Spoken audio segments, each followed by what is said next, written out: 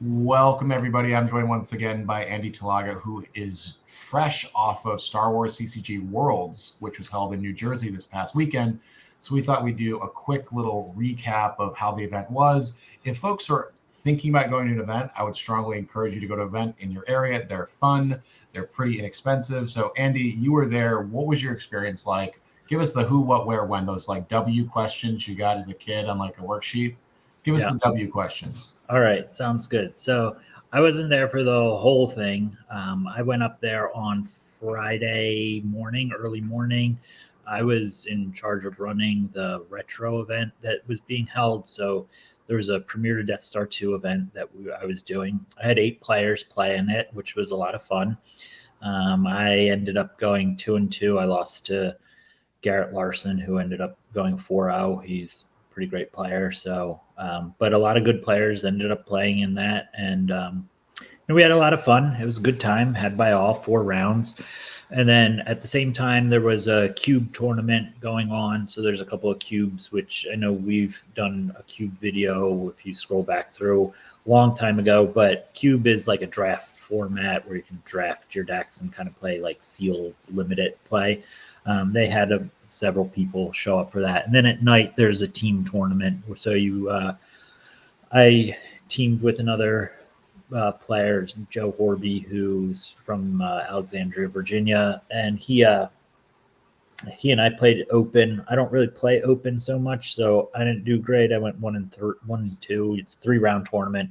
The neat thing with team tournament is you just play one side the whole time. So I played light side all 3 of my games, and he played dark side the other all 3 games. So that was pretty neat. And yeah, so that was kind of the first day. Was a couple of like small side tournaments. A lot of fun. Got to see and meet a lot of people who I've interacted with online, on Facebook, on Instagram, on Discord, Slack. People who've left comments on your channel and stuff. So that was pretty neat.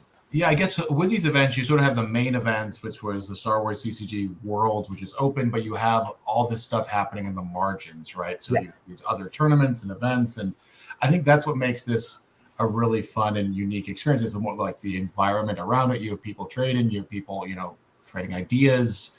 So it's kind of a fun. I went to the one in DC where I'm based a couple of years back, and it was just fun to see people also wearing T-shirts and. I'm trying to find my one artifact I have actually from that. I will find it in a minute. Yeah, unlike some of the other bigger events that go on, there's usually like a Endor Grand Prix or U.S. Nationals. There's some other, just in general bigger events that occur throughout the year. They're pretty much just one event, right? It's like just the Endor Grand Prix, and it's 10 rounds of open or whatever it is, right?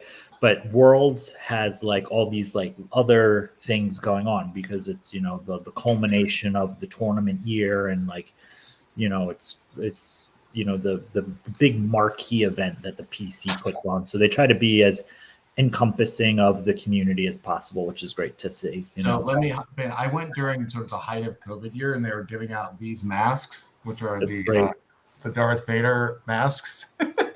And so it's like, it's just fun. I think they try, the PC who runs it tries really hard to sort of be creative and put on these events to give people sort of something to sort of gather around. So sure.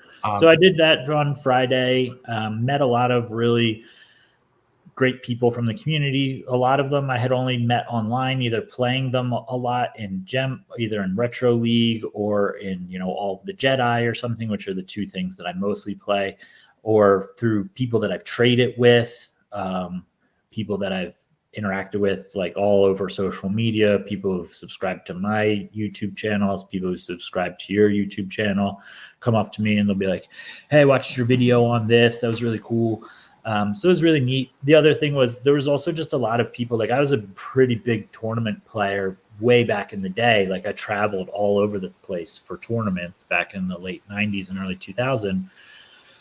And so there's a lot of people that I knew that I just hadn't seen in like 20 years. And it was like, oh, hey, how's it going? Like, I haven't seen you in 20 years. Maybe I've talked to you online a little bit and I told you I was coming, but like I haven't physically like seen you in person in a long time. So that was really neat to catch up with people.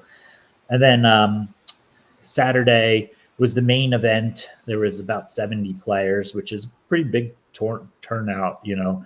When I think about that, like at the height of Star Wars CCG in like 2000, 99, 2000, like you'd go to an open event like at Origins or Dragon Con or something, there would have been maybe like 100 or like 110 people, like max. So like 70 people for a game that's basically, I mean, yes, the PC keeps it alive with virtual cards, but for a game that's realistically for like the outward facing population of the world has been dead for 20 years, you're not that far off in attendance numbers from when it was in print at its height, which is kind of cool to see. And I think there was qualifiers, right? I mean, I think everybody could have gotten a ticket, but I think there was roughly qualifiers, so maybe it went down a little bit there. Yeah, but so that's neat to see. And there was a lot of new players as well, people whose first big tournament it was. I met some of them. I met Frodo Light. I don't know if anybody knows Frodo Light from the Gem chat, where he'd just spam the chat with balls and beezers and stuff. But man, that dude is hilarious. If you ever get a chance to meet Frodo Light, you need to do yourself a favor and do that.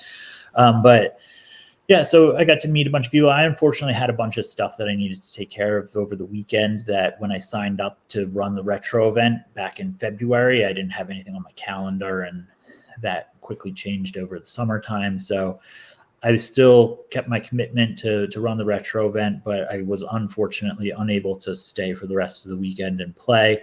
So I said my goodbyes to a bunch of people and exited. The event went on for, I caught some of it on stream later that night, and it was 8 rounds of open, and they just finished the top 8. Hayes Hunter won the Star Wars World Championship, so congratulations to Hayes. And it was it's a really great weekend. If you get a chance to get out to a big event or even a small event, like a local event, it's neat to meet people who actually like the same things you like.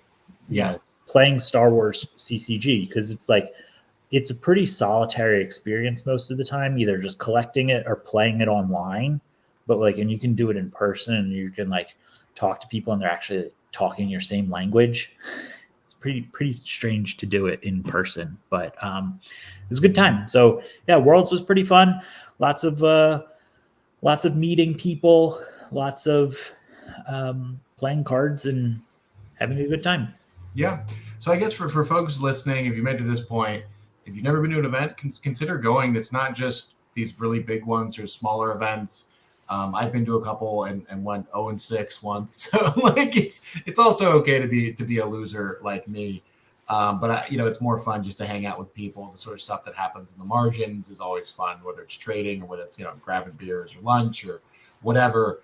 I think that's really fun. It helps this rather solitary experience, as you described it, and you kind of come alive. You're not just sitting here putting cards in your mind. You'll be like, oh, these have utility, and I can utilize that utility, and that's kind of fun. So, well, thanks for the recap. And my only last thought of the piggybacking off of that is, if you do go and you do meet people that you've met online only, and the next time you go to a big event or the next time you go to any event, you're going to actually recognize some people, and you're going to be like, oh, hey, I know that person. It's not going to be, it builds into your gaming network, which is really cool. By the way, I'll just say this, I'll throw this out there. If you ever see Andy and I or I in an event, come say hi. We don't bite. We're not scary people, I promise. I had a bunch of people come up to me at Worlds being like, hey, I saw your video about this or that, or hey, I saw you on Match Channel talking about this, and I just took your deck list directly from the video, and I'm playing it here in the retro event. And you're like, that's great. That's what they're there for. Tweak them or don't tweak them. Thanks for the support.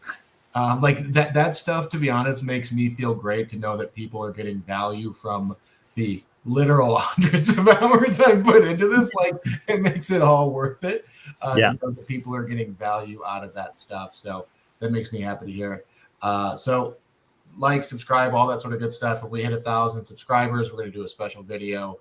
So hopefully we'll eventually hit that. So yeah, Worlds was great. Had a great time. Thanks to the PC for running it. Absolutely. Well, thanks, Andy. And we'll see everybody next time. Bye.